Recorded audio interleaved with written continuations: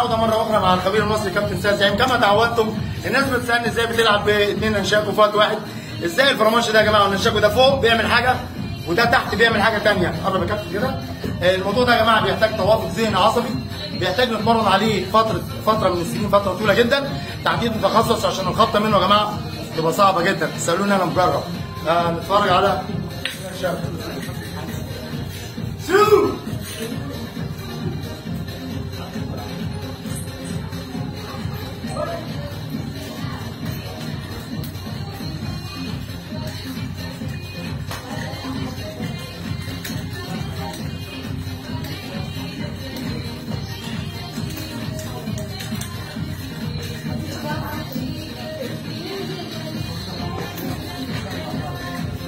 كونغ فو جيد.